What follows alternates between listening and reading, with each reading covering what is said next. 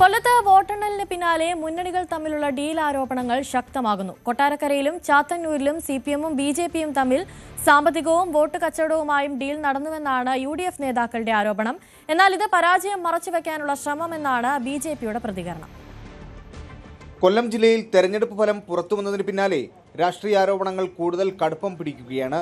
കൊട്ടാരക്കരയിൽ UDF സ്ഥാനാർത്ഥി ഐഷ പൂറ്റിയുടെ പരാജയത്തിന് പിന്നിൽ CPM BJP സാമ്പത്തിക ഡീലുണ്ടെന്ന് കൊടിക്കുന്നിൽ സുരേഷ് MP ആരോപിക്കുന്നു.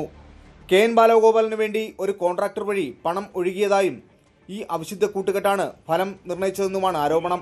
BJPയുടെ 8 പഞ്ചായത്ത് മെമ്പർമാരുള്ള നെടുവത്തൂർ പഞ്ചായത്തിലെ ആ ബൂത്തുകളിൽ എങ്ങനെയാണ് ബാലഗോപാൽ ലീഡ് ചെയ്തത്? അവിടെയൊക്കെ 3ാം സ്ഥാനത്താണ് BJP പോയത്. 2ാം സ്ഥാനത്ത് ഞങ്ങൾ വന്നു.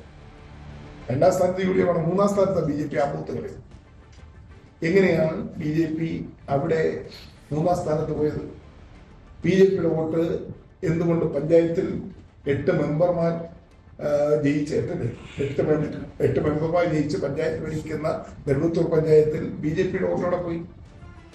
8 പഞ്ചായത്ത് മെമ്പർമാരുടെ ബൂത്തുകളിൽ അവർക്ക് ലഭിച്ച വോട്ട് നിലനിർത്താൻ കഴിഞ്ഞില്ലല്ലോ. അപ്പോൾ ഐഷ പൂറ്റിയുടെ വിജയത്തെ തടയാൻ വലിയ ഡീല്, സാമ്പത്തികമായ ഡീലാണ്. കൊട്ടാരക്കരയിൽ BJP CPMനെ സഹായിച്ചാൽ ചാത്തന്നൂരിൽ CPM BJPയെ സഹായിക്കാനുള്ള ധാരണ ഉണ്ടായിരുന്നുവെന്നാണ് UDF ആരോപണം. എന്നാൽ BJP ആരോപണങ്ങളെ ശക്തമായി എതിർത്ത് രംഗത്തു വന്നു. ചതിയും ഡീലും ഒക്കെ അറിയാവുന്നത് ഈ UDF സ്ഥാനാർത്ഥിക്ക് LDF സ്ഥാനാർത്ഥിക്കാണ്. ഞങ്ങൾക്ക് അങ്ങനെ ഒരു ഡീല് മറ്റ് രാഷ്ട്രീയ പാർട്ടികളായിട്ടും പ്രത്യേകിച്ച് ഞങ്ങൾ എതിർക്കുന്നവരുമായിട്ടും ആശയപരമായി എതിർക്കുന്നവരുമായിട്ടും അങ്ങനത്തെ ഒരു ബന്ധം ഞങ്ങൾക്കില്ല.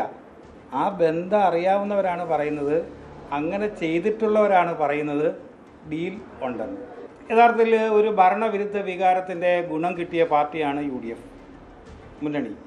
ആ ഗുണം എന്തുകൊണ്ട് ചാത്തന് കിട്ടിയില്ല? അങ്ങനെയാണെങ്കിൽ മറ്റ് മണ്ഡലങ്ങളിൽ ഡീൽ നടന്നിട്ടുണ്ടാകും.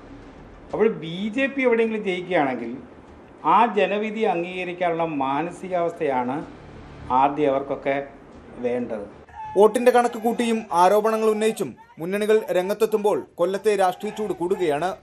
പരാജയത്തിന്റെ വിലയിരുത്തൽ തുടരുന്നതിനിടെ വരും ദിവസങ്ങളിലും കൂടുതൽ ആരോപണങ്ങൾ ഉയരാൻ സാധ്യതയുണ്ട്. ന്യൂസ് 18 കൊല്ലം. കൂടുതൽ വാർത്തകൾക്ക് news 18 Keralam YouTube channel subscribe ചെയ്യുക.